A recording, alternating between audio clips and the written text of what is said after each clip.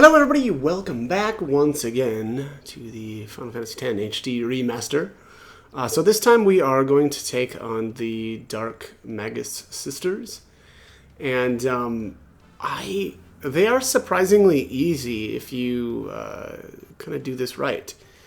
They can be fought separately, and I think that's the key to, really making them very, very easy. I just okay. So basically, we're starting out here. I teleported down to the Mihen High Road, and then I just jumped on a chocobo. I think that's the fastest way here. I think that Jose, going down the Jose, I should say, yeah, using the Jose, airship point. I think it's technically just a little bit slower. So again, I just hop on the chocobo and head up to the north or the northern side here. Here's the checkpoint, and I would say this is probably the best spot to save as well. Right before you actually take them on, because I think as we go into the next area here, we will just automatically get attacked. The funny thing is when I was capturing enemies. I don't think that I think I was able to run through here. Maybe I'm wrong on that. Maybe I've just lost my mind and I can't remember things correctly because I'm old. But I could have swore that I walked past these two without any issues. But not the case this time at least. So walking by these two is what triggers this battle to start. So here we get chased by those two, and then the lady down the road also just stands there in our way. So we don't want to run there. So basically we run off to the left and into this area. Here I just saved here. This is honestly this is a little risky. If you're not actually able to take down the Magus sisters, that's really not a good spot to save after you've started this event. So now that I think about it, of course it is, though, still. Even if you get chased out and you can't take on the Magus sisters, you can just use the save point to go up to or back up to the airship. So, wow, yeah, major brain fart there. But anyways, all right, so the goal here is to just outrun them. And so, use the platform to go up to the top here. And then here is, they just give you a little tutorial here as far as what the goal is. And, again, we're trying to get away.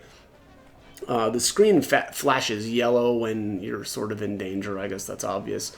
And then red is when, they're close to the point where, you're going to get into battle if they get any closer. But very, very easy, I would say. Although when the camera kind of swaps on you like that, I noticed it was, it got a little goofy. And so you got to kind of be on the ball. Here at this point, this lady, I suppose, is this supposed to be the summoner that's kind of controlling her? Is that what's going on? I'm not sure. But she'll just sit here and you don't have to worry about her anymore. So anyways, we'll keep going. And at this point, if you still get caught by them, then you'll only face the other two. You'll face Mindy and I think it's Sandy. Sandy's the mantis, right? And then Mindy is the little bee, or the one that wears a bee costume. So there's that's that. But anyways, once you get up to the top here, I think this is what. This is how we'll be able to completely fight them separately. And here I messed around a little bit, but yeah, this one is the one that's kind of controlling Sam. It looks so creepy there. Titus is just like kind of creepily looking at her. But the transporter here now is ineffective and we can't do anything with it. And then here, I don't know why I went over here. There's no point to doing this. It had been years since I, did all this, and so, I don't know. I was just running around, and then over here, same deal. We can actually use this little pad, I guess, to go down to the bottom, but this doesn't lead anywhere. There's no reason to do this either. But you know, that's what happens when you're rusty. So already got that chest long time ago, buddy. All right, so let's head back up, and again at this point we'll be able to take them all on one by one, and we'll start out with Sandy. And let me just see here. My guess here is, oh, this one actually is kind of interesting. Okay, so there's Sandy. All right, so Sandy has weapons that will sometimes drop evade and counter, or counterattack, or triple overdrive, or break damage limit. Of those, I suppose if you get some combination of break damage limit and evade and counter, that would be okay. I don't find counterattack or triple overdrive to be that exciting on the weapons. Oh, well, okay, yeah, I don't know. Break damage, triple overdrive, evade, and counter. Those would be acceptable abilities, now that I'm thinking about it, sure.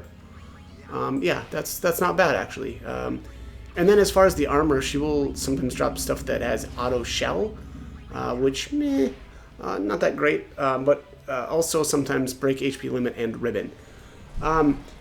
Yeah, I would say, you know, of all of the potential drops, break HP limit and ribbon is still, you know, I would rather see an armor drop here, and one or both of those items. You know, though, at this point, since these are really the last battles with the Magus sister, or with the last Dark Aeons, I would actually rather just see a piece of armor that only has break HP limit. Reason for that is, you know, the only thing that's really left is going to be penance, and for penance, you really want to have break HP limit, auto haste, auto protect, and auto regen. And so, the only thing in my opinion that's really worthwhile at this point is break HP limit on the armor. So. All right, anyways, this is Mindy. I think Mindy is the only one that gave me really any trouble whatsoever. I think she might have killed one of my characters. Yeah, I think probably here with Calamity. Let me just see.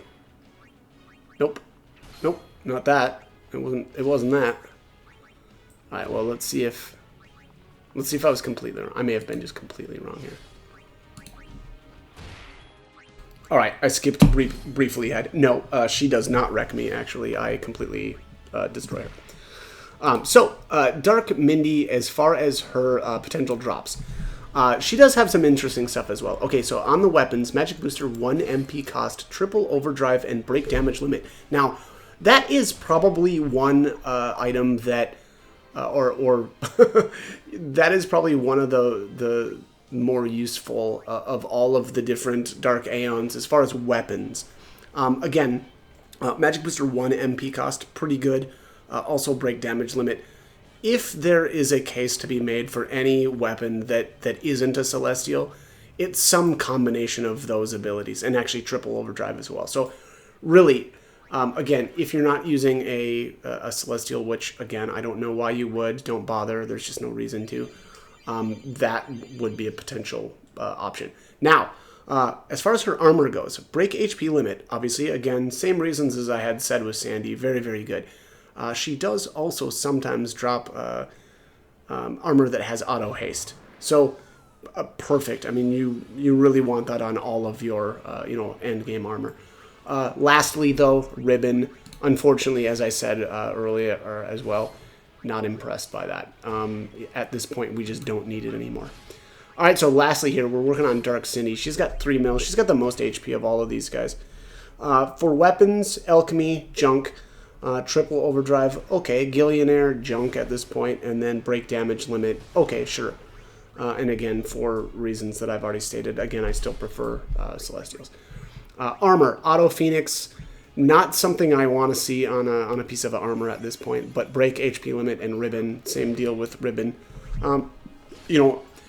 When it comes to all of these Dark Aeons, you're really gunning for the armor and the armor having break HP limit. Now, any end game armor at this point, and really because we're preparing for penance, I know I've said this a billion times now, but That's really the only ability aside from auto haste, and I guess auto protect as well, that I would want to see on a piece of armor.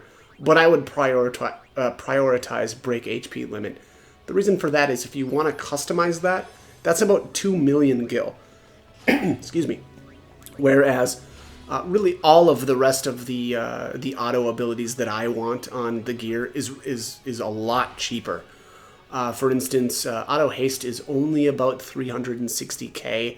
A little bit more than that, unless you decide to steal the remaining chocobo wings that you'll need. Auto protect is a very, very easy auto or ability that you can get on your armor. Farming the Fafnir enemy. It's basically just two. You need to overkill 2 of them, and that gives you 80, and that's enough to get you auto protect. And then it's auto regen, which is just farming the Katos enemy, and you'll need to kill him twice as well. You'll farm up tons of Katos by the time you've maxed out your stats, and so. Other than that, there's nothing impressive about Cindy. I honestly think that maybe Sandy might give you, or potentially give you a little bit of trouble, and then maybe Mindy as well, because their special attacks are actually pretty impressive, and they're multi-hit. So, there, of course, I got a Gillionaire sword, which got just completely pointless and worthless, but that's how it goes. But that's really it. We're done now with the Dark Aeons, and at this point now, Penance appears over the Calmlands.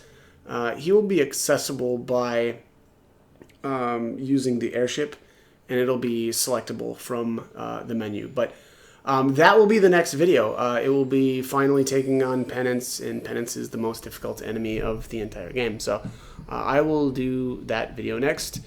And that will be a long one because that fight is long. So, all right, as always, I hope the guide was helpful and hope you join me for more videos. Thanks for watching.